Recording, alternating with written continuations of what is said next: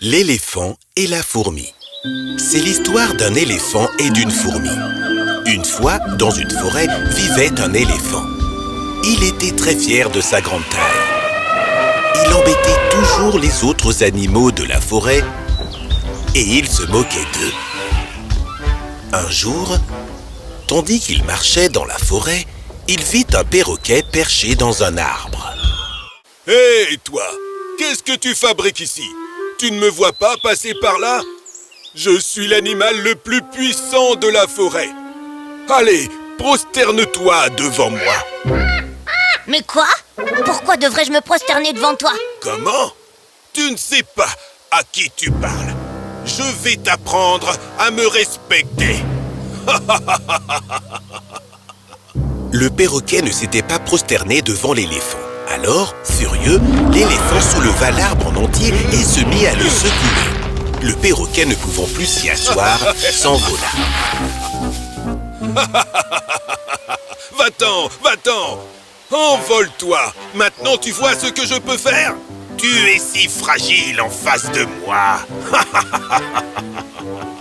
Le fier éléphant reprit sa marche. Comme toujours, il alla à la rivière pour boire de l'eau.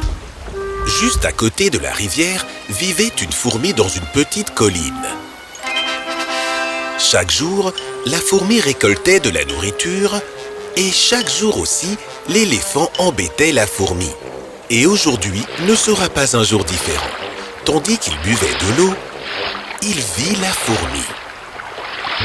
Hé, petite fourmi! Où emportes-tu cette nourriture? Je dois l'emmener jusque dans ma maison. Il va bientôt pleuvoir. Je dois être préparée et récolter beaucoup de nourriture. Je vois. Alors, l'éléphant but de l'eau par la grande trompe et aspergea la fourmi. L'eau avait abîmé toute la nourriture et la fourmi était maintenant complètement mouillée. Ris autant que tu veux, éléphant. Je te donnerai une leçon un jour, tu verras. Oh, j'ai peur. Une minuscule fourmi veut me donner une leçon. Allez, va-t'en. Je pourrais t'écrabouiller sous mes pattes. Retourne dans ta maison, minuscule. La fourmi était très en colère contre l'éléphant et sa fierté. Elle jura de lui donner bientôt une leçon. Je vais devoir faire quelque chose à propos de cet éléphant. Il ne peut plus embêter tout le monde comme ça. Le lendemain, alors que la fourmi sortait de chez elle pour récolter plus de nourriture, elle vit que l'éléphant était endormi. Elle imagina immédiatement un plan. Elle marcha rapidement vers lui et entra dans sa trompe. Une fois à l'intérieur, elle commença à le mordre. Elle n'arrêta pas de le mordre jusqu'à ce qu'il se réveille en hurlant de douleur.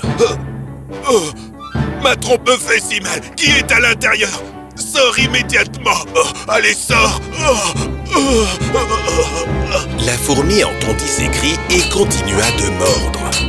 L'éléphant avait à présent très très mal et il se mit à pleurer. S'il vous plaît, aidez-moi. S'il vous plaît.